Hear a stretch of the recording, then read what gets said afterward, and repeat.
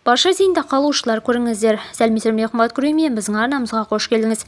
Әлемде және Қазақстанда болып жатқан жаңалықтар ең біріншілерден болып біліңіз келсе, арнамызға жазылыңыз, лайк басуды ұмытпаңыз. Қазақстанда биыл жинақтаушы зейнетақы өседі. Зейнет жасына толғанда немесе әлеуметтік кодексте көзделген өзге де жағдайлар туындаған кезде салымшы бірыңғай жинақтаушы зейнетақы қорынан тұрақты төлемдер ала бастайды. Әрбір салымшының жинақтаушы зейнетақысы оның зейнетақы жарналары және жинақталған инвестициялық кірісі есебінен қалыптастырылған зейнетақы жинақтарының сомасына тікелей байланысты.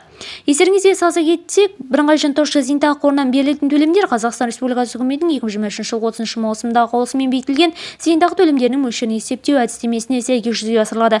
Әдістемеге сай зейнетке шығатын азаматтарға ай сайын жасалатын төлем былай есептеледі. Төлем ала бастайтын алғашқы жылы зейнетақы жинақтарының сомасы зейнетақы жинақтарының 6,5% төлем мөлшерлемесіне көбейтіліп 12-ге бөлінеді.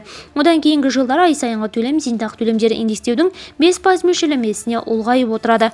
Бұл ретте бірыңғай жинақтаушы зейнетақы қорынан берілетін ай сайынғы төлем республикалық бюджет туралы заңда тиісті қаржы жылына белгіленген ең төмен күнкөріс деңгейінің кемінде 70% мөлшерінде жүзеге асырылады. Қордан берілетін төлемдердің ең жоғары мөлшері шектелмейді және де зейнет алушының зейнетақы жинақтарының сомасына байланысты.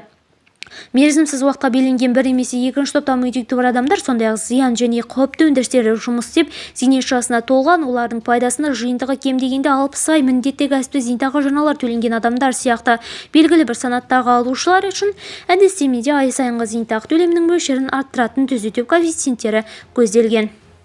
Видеомыз кеңінен таралу үшін лайк басып жақындарыңызға таратуды ұмытпаңыз. Бізді бақылауда жалғастырыңыз.